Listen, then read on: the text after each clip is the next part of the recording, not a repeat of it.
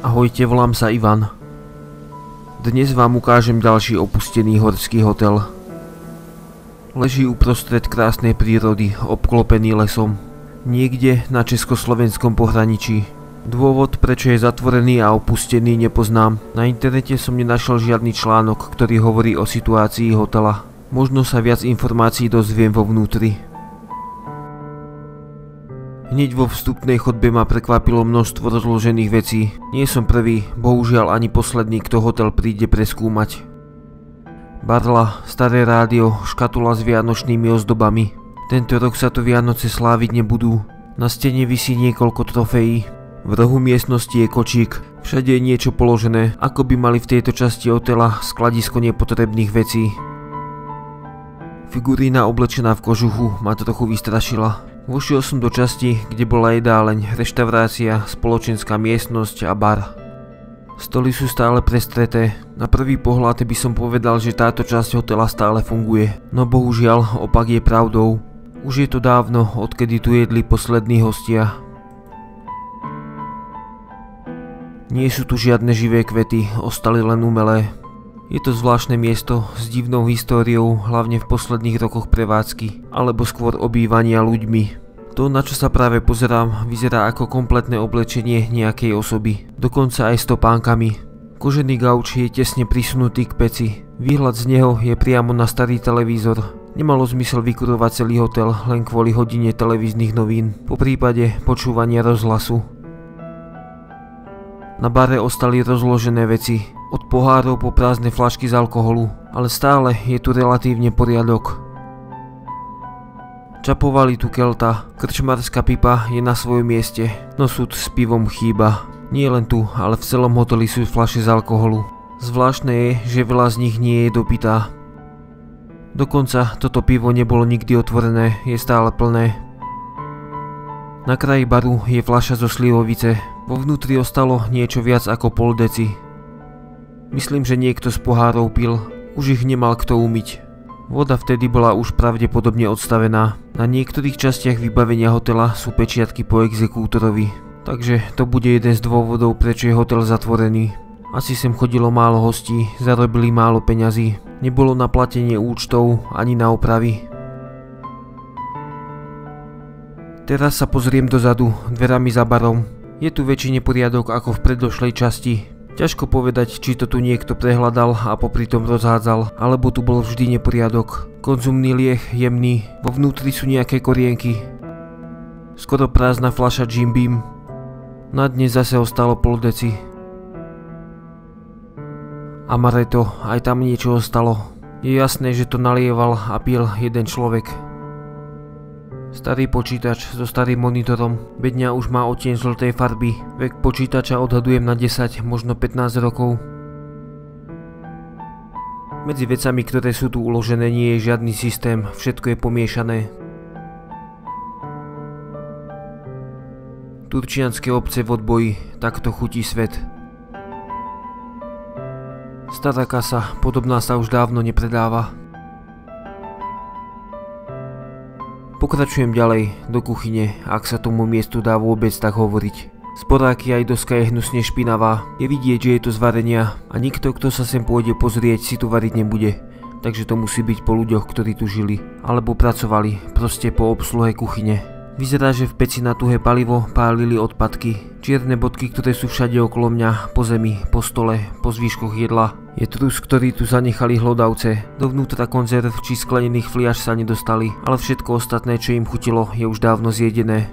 Naozaj hnus, horšie ako školská kuchyňa. Nič podobné som doteraz nevidel. Na polystyrénovej kocke kedysi viseli kľúče od chatiek. Sú preč, ostali len prázdne miesta. Asi aj chatky budú rovnako ako samotný hotel otvorené. Hotel má 2 alebo 3 vyššie poschodia, alebo to tretie poschodie je len podkrovie. Medzi oknami žije veľa múch. Vzduch je tu zatuchnutý, vlhký. Všetky okná sú pozatvárané, dávno sa tu nevetralo. Myslím, že aj v tejto izbe niekto žil, potom ako skončila prevádzka hotela. Je tu elektrický radiátor a pec na tuhé palivo. Komoda na stene bola dôkladne prehľadaná. Každé dvere či šuflík na komode sú otvorené. Niečo tu hľadali a veľmi sa ponáhľali. Asi pri rýchlom balení. Perník tvrdý ako skala, kupovaný pre ženu menom Olga.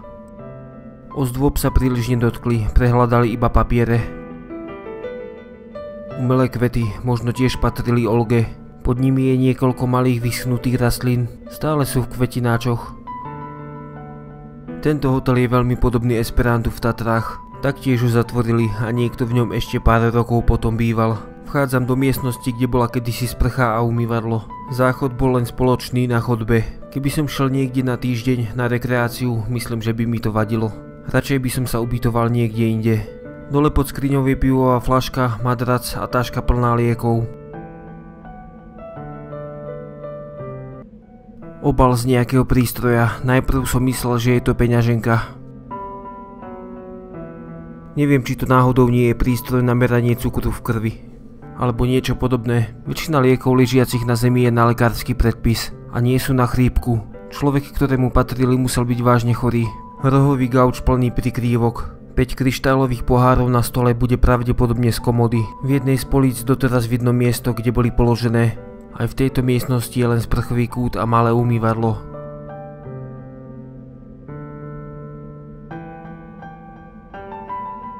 Prechádzam ďalej po chodbe, no je to zložité, všade sú prekážky. Myslím, že to je príslušenstvo, ktoré bolo v izbách pre hostí, no nevidím žiadny dôvod, prečo ho vyložili von. Nevidím žiadny náznak pripravujúcej alebo prebiehajúcej rekonštrukcie.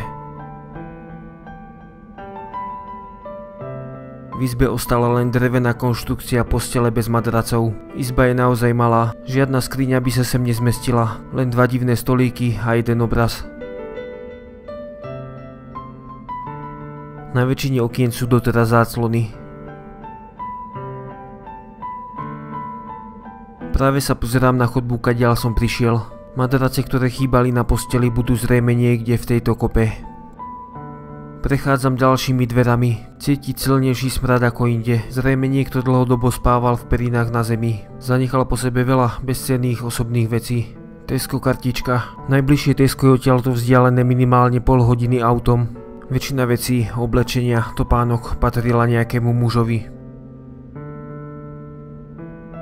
Pokračujem ďalej, na vyššie poschodie. Hneď na schodoch je prevrátená stolička, visela na nej bunda. Chodba je čistá, nie sú na nej naukladané veci z izieb. Zvláštne, že každé dvere ostali do Korán otvorené. Myslel som, že aspoň tu ostanú izby pôvodne vybavené. Okrem hrby paplónov tu nič nie je. Radšej sa už nebudem ničoho v hoteli dotýkať. Že by exekútor zobral všetko, čo sa dalo speňažiť? Na miesto postele tu ostalo len staré kreslo. V pravom aj ľavom rohu vidno nočné stolíky. Perináč, to mala byť skriňa, kde si mali platiaci hostia dať svoje veci? Nechápem, prečo obrazy nenechali visieť na stene, ale poskladali ich dole. Stojím pred izbou označenou číslom 202. Podobá sa na tú, ktorú som mal v Kieve. Šírkou aj dĺžkou. Na prespanie v hlavnom meste to bolo dobré, ale na rekreáciu nemožné. Nie je jediná. Celé poschodie je v podstate rovnaké. Napíšte mi do komentára, koľko by ste boli ochotní dať za nocľah. Samozrejme nie v prázdnej izbe, ale vo vybavenej.